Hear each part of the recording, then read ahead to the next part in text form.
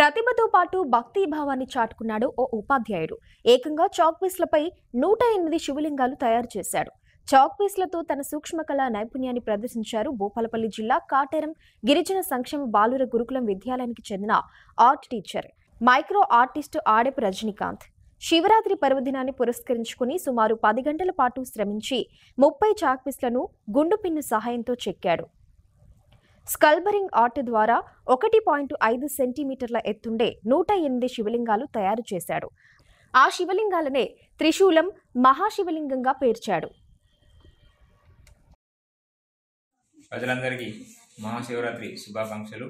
నేను ఈరోజు శివరాత్రి పండుగను పురస్కరించుకొని 1 సెంటీమీటర్ ఎత్తున్నటువంటి 1 సెంటీమీటర్ వెడల్పున్నటువంటి చాక్ పీసులపై 109 శివలింగాలను గుండు పెన్ సాయంతో స్కల్ప్చరింగ్ ఆర్ట్ ద్వారా తయారు చేసి ఉన్నాను.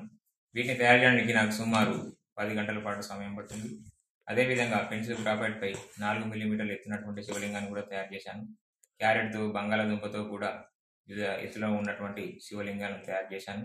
ఇంతకు మునుపు కూడా అతి సూక్ష్మమైనటువంటి పెన్సిల్ గ్రాఫైట్ శివలింగాన్ని కూడా తయారు చేశాను. మరొకసారి ప్రజలందరికీ మహాశివరాత్రి శుభాకాంక్షలు తెలియజేసుకుంటూ నమస్కారం.